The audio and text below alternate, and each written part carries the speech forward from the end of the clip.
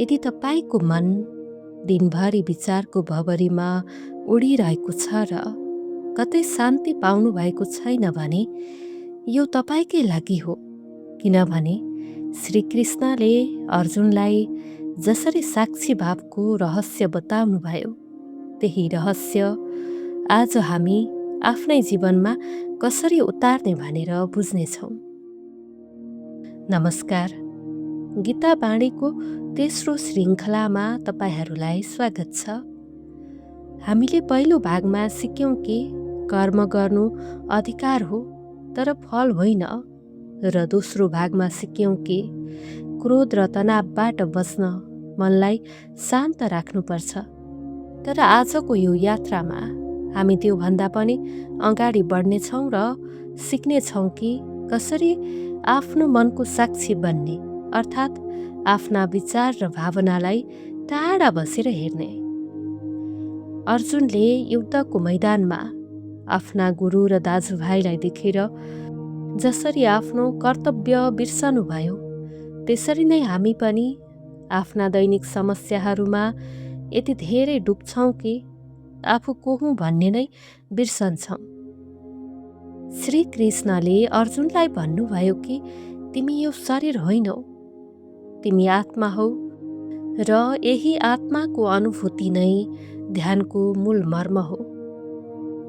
आजको यो यात्रामा हामी श्रीकृष्णका ती शब्दहरूलाई आफ्नो जीवनमा कसरी उतार्न सक्छौँ भनेर बुझ्नेछौँ, र यसका लागि कुनै जटिल साधनाको आवश्यकता छैन, केवल आफ्नो श्वासको सचेतना मात्र पर्याप्त छ।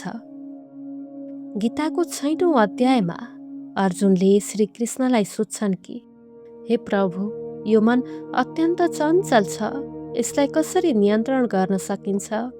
किनभने यो मन त हावा जस्तै फुर्तिलो र अस्थिर देखिन्छ। त्यसको जवाफमा श्रीकृष्ण भन्नुहुन्छ कि हे अर्जुन, निस्सन्देह मनलाई नियन्त्रण गर्नु गाह्रो छ, तर अभ्यास र वैराग्यले यसलाई नियन्त्रणमा ल्याउन सकिन्छ। यहाँ अभ्यास भनेको ध्यानको निरन्तरता हो र वैराग्य भनेको फल र विषयवस्तुप्रतिको आसक्ति त्याग्नु हो। हाम्रो मन किन चञ्चल हुन्छ भने हामी विगतका कुरा सम्झेर पछुतो गर्छौँ र भविष्यको चिन्ता गरेर तनाव लिन्छौँ। तर गीता भन्छ कि वर्तमान क्षण मात्र सत्य हो। जसरी तालको पानीमा छाल उड्छ र फेरि शान्त हुन्छ, त्यसरी नै मनका विचार आउँछन् र जान्छन्। तर हामी ती विचारहरूमा तान्निएर आफ्नो स्थिरता गुमाउँछौँ। ध्यानको अभ्यासले हामीलाई सिकाउँछ कि कसरी यी विचारहरूलाई केवल हेरिरहनुपर्छ, उनीहरूसँग लड्नु हुँदैन, र जब हामी विचारहरूसँग लड्न छोड्छौँ तब तिनीहरू आफै कमजोर हुन्छन् र मनको गहिराईमा शान्ति स्थापित हुन्छ। श्रीकृष्ण अर्जुनलाई भन्नुहुन्छ कि हे अर्जुन, जसरी आकाशमा उड्ने चराले आफ्ना प्वाखहरू हल्लाउँछ तर आकाशलाई कहिल्यै छुँदैन, त्यसरी नै ज्ञानी मानिस आफ्नो कर्म गर्छ तर कर्मको बन्धनमा पर्दैन, र यही हो साक्षी भावको सार। साक्षी भाव भनेको आफ्ना विचार, भावना र शारीरिक संवेदनाहरूलाई टाढाबाट हेर्ने अभ्यास हो। जसरी हामी चलचित्र हेर्छौँ तर त्यसमा आफै पात्र बन्दैनौँ। जब हामी रिसाउँछौँ तब हामी रिस नै बन्छौँ, तर साक्षी भावमा हामी भन्छौँ कि मभित्र रिस उठिरहेको छ, र यसले हामीलाई त्यो रिसको दास बन्नबाट जोगाउँछ। यो अभ्यास गर्नको लागि हामीले दैनिक केही मिनेट मौन बसेर आफ्नो श्वासको अनुभव गर्नुपर्छ, किनभने श्वास नै हाम्रो जीवनको सबैभन्दा नजिकको वस्तु हो, र श्वासमा ध्यान दिँदा आफ्नो मनको साक्षी बन्न पुग्छौँ। गीताको अध्याय 6 यसैलाई ध्यान योग भनिएको छ र यसलाई अभ्यास गर्न कुनै विशेष स्थान वा समयको आवश्यकता छैन, तर केवल आफूलाई शान्त वातावरणमा ल्याउने कोसिस गर्नुपर्छ। आजको आधुनिक विज्ञानले पनि ध्यानलाई मान्यता दिएको छ, किनभने ध्यानले हाम्रो मस्तिष्कमा सकारात्मक परिवर्तन ल्याउँछ र तनाव कम गर्छ। तर गीताले यो कुरा हजारौं वर्ष पहिले नै भनिसकेको थियो। श्रीकृष्ण अर्जुनलाई भन्नुहुन्छ कि जसरी दीपकले हावा नभएको ठाउँमा आफ्नो ज्योति स्थिर राख्छ, त्यसरी नै योगीले आफ्नो मनलाई आत्मामा स्थिर राख्छ र त्यही अवस्था नै ध्यानको चरम सीमा हो। ध्यानको अभ्यासले हामीलाई केवल शारीरिक स्वास्थ्य मात्र दिँदैन, तर यसले हाम्रो आध्यात्मिक विकासमा पनि अति नै महत्त्वपूर्ण भूमिका खेल्छ, किनभने ध्यानको गहिराइमा पुग्दा हामीले संसारलाई एउटा सपना जस्तो मात्र देख्छौँ र आफूलाई त्यस सपनाको साक्षी मात्र ठान्छौँ। जब हामी नियमित रूपमा ध्यान गर्छौँ, तब हाम्रो दृष्टिकोण फराकिलो हुन्छ र सानो कुरामा रिसाउने, क्रोध गर्ने र लोभ गर्ने प्रवृत्ति आफै घट्दै जान्छ, किनभने हामीलाई थाहा हुन्छ कि यी सबै भावनाहरू त आइरहेका छन् र जाँदैछन्, तर हामी त तिनीहरूभन्दा अलग आत्मा हौँ।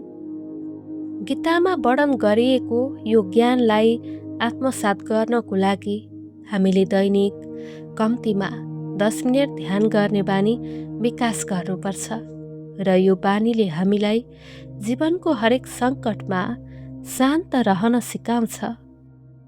गीताको दोस्रो अध्यायमा श्रीकृष्णले अर्जुनलाई भन्नुभयो कि हे अर्जुन, तिमी यो नाशवान शरीर होइनौ, तर तिमी अमर आत्मा हौ र यो आत्मा कहिले जन्मिँदैन र कहिले मर्दैन। तर हामीले आफ्नो वास्तविक पहिचानलाई बिर्सिएर शरीरलाई नै आफू ठान्यौँ र यही भुलले हामी जन्म मृत्युको चक्रमा परिरहेका छौँ।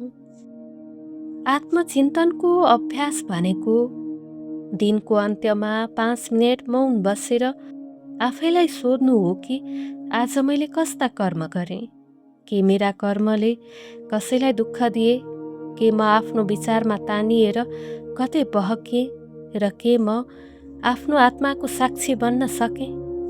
यो अभ्यासले हामीलाई हाम्रा कमजोरी र गल्तीहरू पहिचान गर्न मद्दत गर्छ र भोलिको दिन सुधार गर्न प्रेरित गर्छ।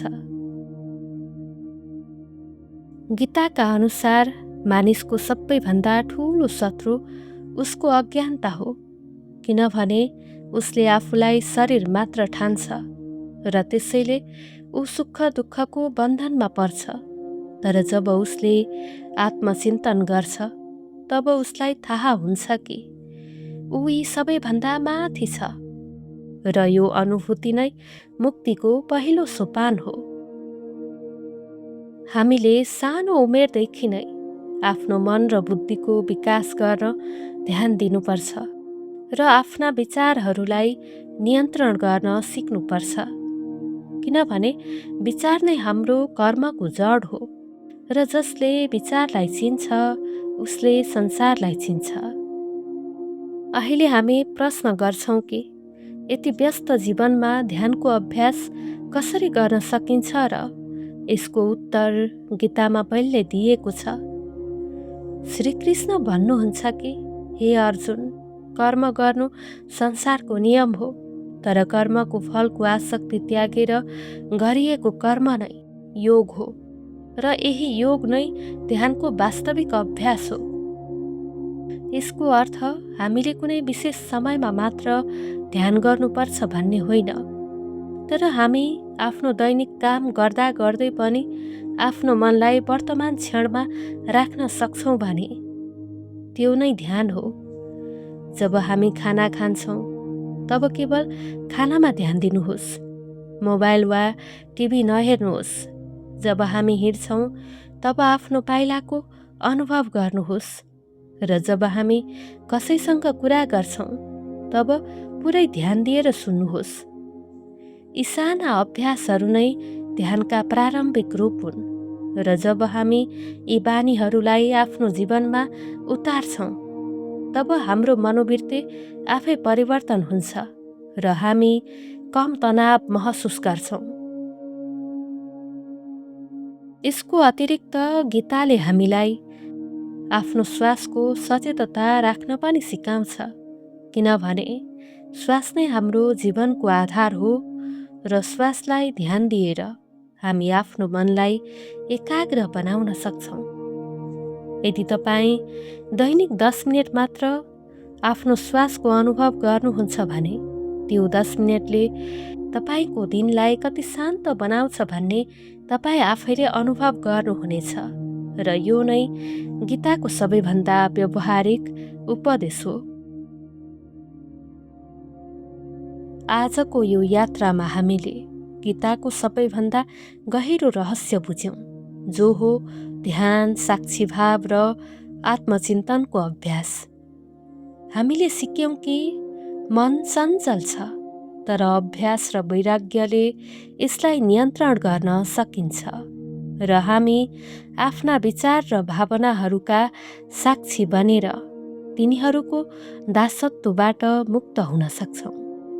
गीताको सन्देश यही हो कि तिमी आफैमा पूर्ण हौ, कुनै बाहिरी वस्तुले तिमीलाई पूर्ण बनाउँदैन र यो अनुभूति नै साँचो ज्ञान हो। यदि तपाईँले आफ्नो जीवनमा यी अभ्यासहरू लागू गर्नुभयो भने तपाईँले देख्नुहुनेछ कि तपाईँको प्रतिक्रिया घट्दै गएको छ, तपाईँको धैर्य बढ्दै गएको छ र तपाईँको जीवनमा शान्तिको अनुभव हुन थालेको छ।